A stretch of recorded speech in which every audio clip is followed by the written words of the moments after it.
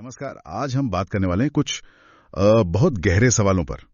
सवाल जो शायद हम सबके मन में आते हैं कभी ना कभी, जैसे जिंदगी क्या है, मौत के बाद क्या होता है, क्या कोई कोई ऐसा परम सच है जो इन सबसे ऊपर है। हाँ, और ये सवाल हमें भगवत गीता के 8वें अध्याय की तरफ ले जाते हैं ना। बिल्कुल, वहीं से चर्चा शुरू होती है। आज की हमारी बातचीत का जो मेन फोकस है वो यही है कि क्या वाकई मौत के समय हमारे मन की हालत, हमारी सोच ये तय करती है कि हमारा अगला पड़ाव क्या होगा। पिछले अध्याय की बातों से आगे बढ़ते हुए अर्जुन यहाँ कुछ बहुत ही बुनियादी लेकिन गहरे सवाल उठाते हैं, खासकर मौत और आत्मा को लेकर। बिल्कुल, और ये सवाल इसलिए इतने महत्वपूर्ण है क्योंकि ये सीधे सीधे हमारे होने के मतलब से जुड़े हैं। हम कौन हैं, ये दुनिया क्या है, और इस पूरी बड़ी सी पहेली में हमारी जगह कहाँ है। ये सवाल इसी खोज का हिस्सा है। और मील पर सबसे चौंकाने वाली बात यह है, क्या सच में मरने के टाइम पे जो हम सोचते हैं वो इतना ताकतवर हो सकता है कि वो हमारी आगे की दिशा तय कर दे। चलिए आज इसी गुत्थी को सुलझाने की कोशिश करते हैं।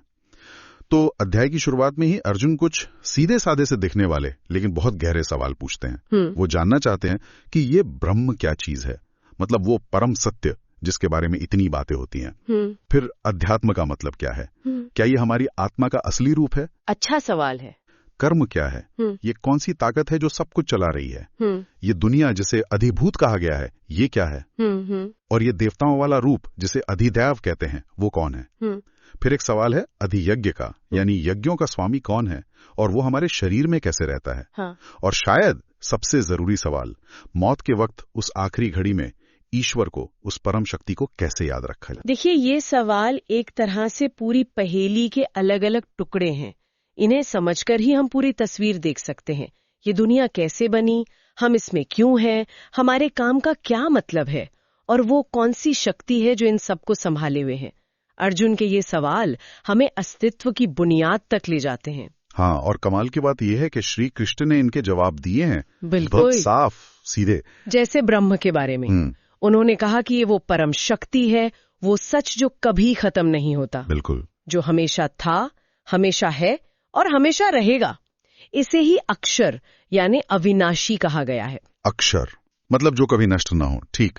और अध्यात्म? अध्यात्म हुआ हर जीव का अपना असली स्वभाव, उसका अंदरूनी स्व, आत्मा का मूल रूप एक तरह से। अच्छा, और कर्म? कर्म तो हम सब जानते हैं, पर यहाँ क्या मतलब है? यहाँ कर्म का मतलब सिर्फ हमारे रोज के काम नहीं है, ये वो मूल क्रिया, वो शक्ति है जिससे ये सारी दुनिया बनती है, चलती है, बदलती है। हर एक्शन का नतीजा इसी से जुड़ा है।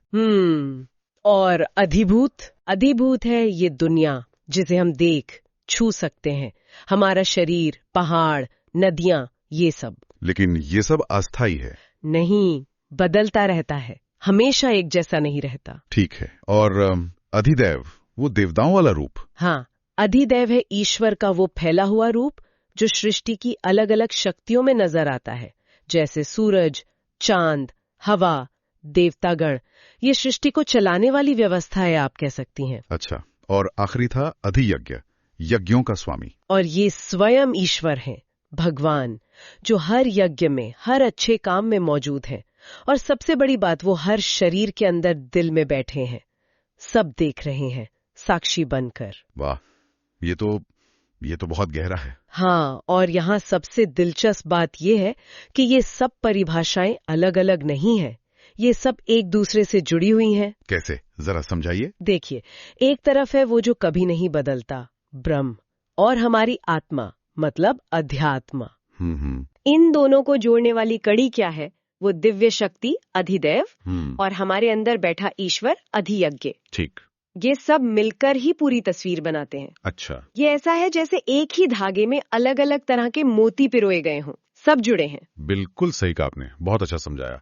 और इसी जुड़ाव से निकल कर आती है वो बात जो इस अध्याय का दिल है, कह सकते हैं। श्री कृष्ण कहते हैं, इंसान मरते समय जिस भी चीज के बारे में सोचता है, जिस भाव में होता है, मरने के बाद वो उसी भाव को, उसी चीज को पाता है। ये बहुत महत्वपूर्ण श्लोक है। ये सुनने में कितना सीधा और गहरा लगता है ना। मतलब अगर आखिरी वक्त में मन भगवान में लगा है, उसकी याद में डूबा है, तो इंसान जन्म मरण के चक्कर से छूटने की राह पर बढ़ जाता है। शायद इसीलिए हमारे यहाँ हमेशा कहा जाता है कि अंत समय में ईश्वर का नाम लेना चाहिए।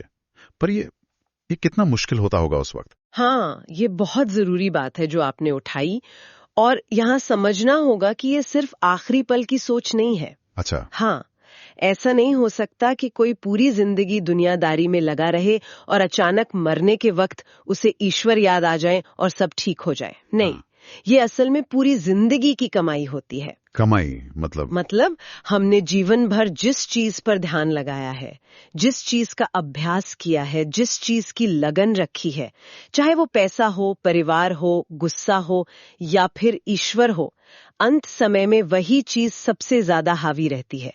मन उसी तरफ भागता है जिसका उसे अभ्यास होता है। ओह, तो ये एक तरह से हमारे जीवन भर के विचारों और भावनाओं का निचोड़ होता है जो उस आखिरी पल में सामने आता है। बिल्कुल वही निचोड़। तो फिर इसका मतलब ये हुआ कि तैयारी पहले से करनी होगी, लेकिन कैसे?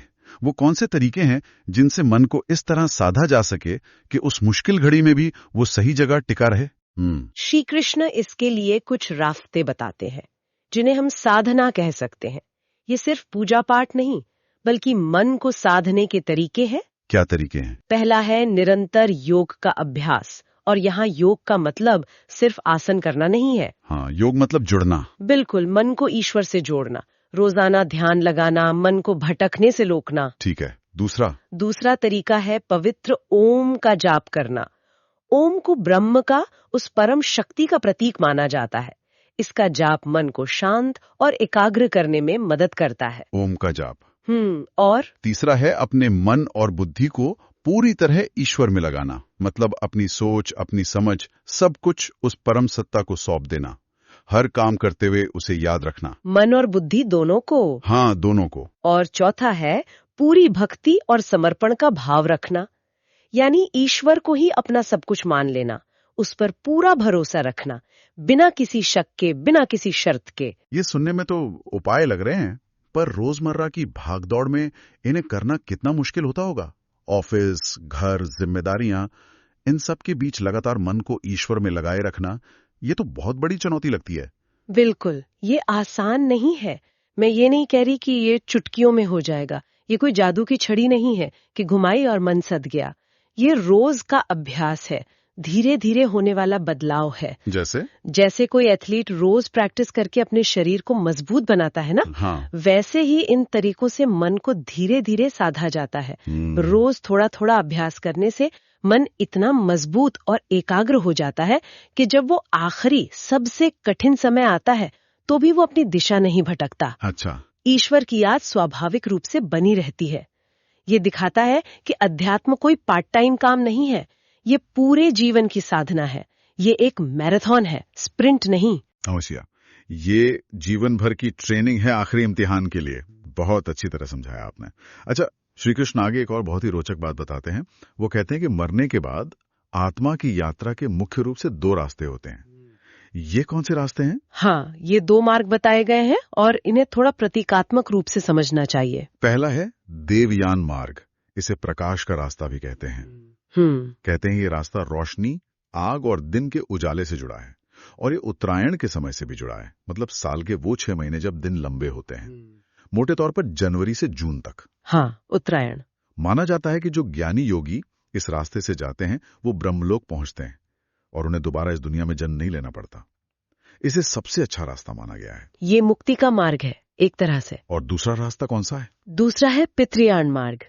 इसे धुएं का रास्ता या अंधेरे का रास्ता कहा जाता है। धुएं का रास्ता? हाँ, ये रास्ता धुएं, रात और दक्षिणायन के समय से जुड़ा है, यानी साल के वो 6 महीने जब रातें लंबी होती हैं, मोटे तौर पर जुलाई से दिसंबर तक। दक्षिणायन, ठीक। कहा जाता है कि जो लोग पुण्य कर्म करते हैं लेकिन जिनमें ज्ञान और वैराग्य की कमी होती है, वो इस रास्ते से स्वर्ग या दूसरे लोकों में जाते हैं।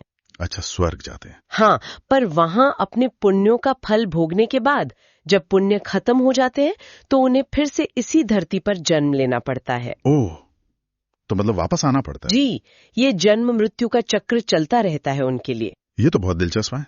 क्या इसका मतलब ये है कि मरने का सही समय या मौसम भी होता है, कि उत्तरायण में मरना बेहतर है, या फिर ये रास्ते किसी और चीज के प्रतीक हैं? ये बहुत अच्छा सवाल है।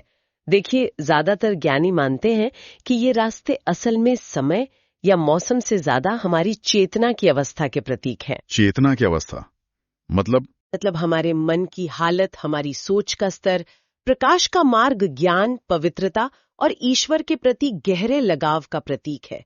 ये उन लोगों के लिए है जिन्होंने जीवन भर खुद को जानने और ईश्वर से जुड़ने का प्रयास किया। समझ गया। और धुएं का मार्ग? धुएं का मार्ग अज्ञान, इच्छाओं और सांसारिक चीजों से मोह का प्रतीक है। ये उन लोगों के लिए है जो अच्छे काम तो करते हैं, लेकिन उनका मन अभी भी दुनिया की चीजों में फंसा रहता है। अच्छा, तो ये रास्ते असल में हमारे जीवन भर की कमाई यानी हमारी मानसिक और आत्मिक स्थिति को दिखाते हैं। ये फिर से उसी बात पर जोर देते हैं कि हमने अपना जीवन कैसे जिया, किन चीजों पर ध्यान लगाया, यही अंत में मायने रखता है, समय या मौसम से ज्यादा। अच्छा, तो ये दिन रात, उजाला अंधेरा, उत्तरायण दक्षिणायन, ये सब हमारी अंदरूनी हालत को दर्शाने के तरीके हैं, सिंबल्स हैं। हाँ, प्रतीक हैं। ये बात तो पूरी चर्चा को एक नए नजरिए से देखने में मदद करती है। तो अगर हम इस पूरी बातचीत का सार निकालें तो मुख्य बातें क्या होंगी? हाँ, अगर हम सब कुछ समेटें तो कुछ मोटी मोटी बातें निकल कर आती हैं। पहली, जो परम सत्य है, जिसे ब्रह्म कहा गया, वो हमेशा रहने वाला है, कभी नष्ट नहीं होता, वो ही असली आधार है। दूसरी और शायद सबसे अहम, कि मरते समय हमारे मन की जो स्थिति होती है, हमारे विचार, वही हमारी अगली यात्रा की दिशा तय करते हैं। सही। तीसरी, इस अंतिम लक्ष्य को पाने के लिए, मतलब मुक्ति पाने के लिए, जीवन भर लगातार भक्ति, ओम का जाप और योग यानी मन को जोड़ने का अभ्यास करना जरूरी है। ये एक दिन का काम नहीं। ये बात तो पक्की हो गई। चौथी, ईश्वर कहीं दूर आसमान में नहीं, बल्कि अधियज्ञ के रूप में हमारे अंदर ही मौजूद है, हर पल, हर सांस में, हमारे भीतर ही। जी। और पांचवी, जो इंसान पूरी लगन से, बिना किसी और चीज का सहारा लिए, सिर्फ ईश्वर पर ही अपना ध्यान टिकाए रखता है, वही जन्म मरण के इस चक्कर से छूटकर हमेशा के लिए परम शांति को पाता है।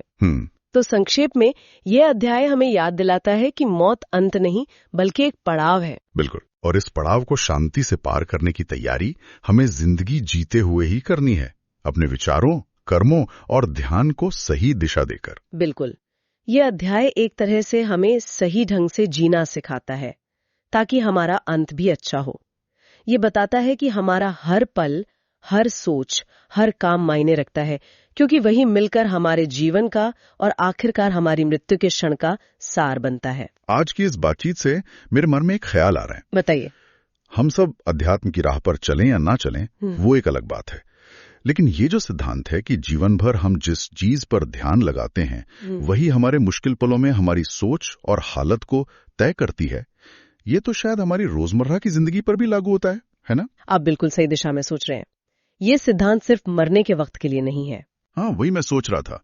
ये विचार के हमें अपने मन को साधना है, अपनी सोच को सही दिशा देनी है, अपनी मानसिक आदतों पर काम करना है, क्या ये हमारे रोज के छोटे बड़े लक्ष्यों को पाने में, मुश्किलों का सामना करने में या सही फैसले लेने में भी मदद नहीं कर सकता? क्यों नहीं? जैसे अगर कोई विद्यार्थी परीक्षा के लिए तैयारी कर रहा है, या कोई अपने करियर में आगे बढ़ना चाहता है, या बस रोजमर्रा के तनाव से बेहतर तरीके से निपटना चाहता है, क्या वहां भी यही बात लागू नहीं होती कि लगातार सही दिशा में ध्यान लगाने से, मन को साधने से नतीजा बेहतर होता है? निश्चित रूप से बिल्कुल लागू होती है। मन की एकाग्रता, सही चीज पर ध्यान टिकाने की क्षमता और अपनी भावनाओं को काबू में रखने का अभ्यास, ये गुण जीवन के हर क्षेत्र में सफलता के लिए जरूरी हैं। गीता का ये ज्ञान सिर्फ मोक्ष के लिए नहीं है, ये एक बेहतर, ज्यादा सार्थक और सफल जीवन जीने का भी रास्ता दिखाता है।